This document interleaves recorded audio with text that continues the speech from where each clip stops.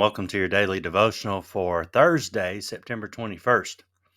Don't you hate it whenever you're out there trying to live your best life, trying to do what is right in every situation, and trying your very best to live by God's will? And it seems like all the people around you who are living in their sin, doing what they want when they want to, seem to have a lot more than you do. They seem to be making it to where you're just barely getting by. Well, our daily devotional verse for today is going to speak on that. And that verse is Psalm 37, verses 16 and 17. A little that a righteous man hath is better than the riches of many wicked. For the arms of the wicked shall be broken, but the Lord upholdeth the righteous.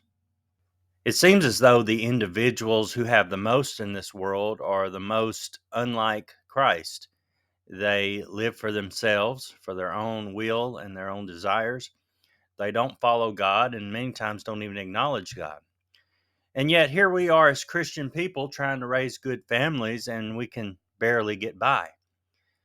Well, that small amount that we do have, coupled with the righteousness that God has given us through our relationship with Christ, is worth a whole lot more than any amount of riches that people of this world might have. If we look at the results of these two things, the poor man with Christ versus the rich man with just his riches, we see that the arms of the wicked shall be broken.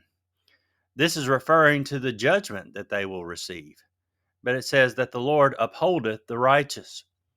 Jesus tells a story in the New Testament about a rich man who didn't have time for God in his life, who ended up going to hell, and a poor man who had to beg for everything that he had, and yet he found himself in paradise with God. What was the difference between these two men? It wasn't their wealth, but rather it was their relationship with God. You see, the poor man had to rely upon God for all of his needs. He had to trust that God was going to take care of him. And even though he had many troubles, many trials, and uh, had to beg in some instances for his meals, he was taken care of in the end. In the end, he received everything he could have ever needed or wanted in paradise with God. And here, the rich man finds himself in hell, and he finds himself in a place that's inescapable. He finds himself in a place that he cannot be satisfied. He asks for one drop of water on his tongue. His thirst cannot be quenched, and he finds himself in torment.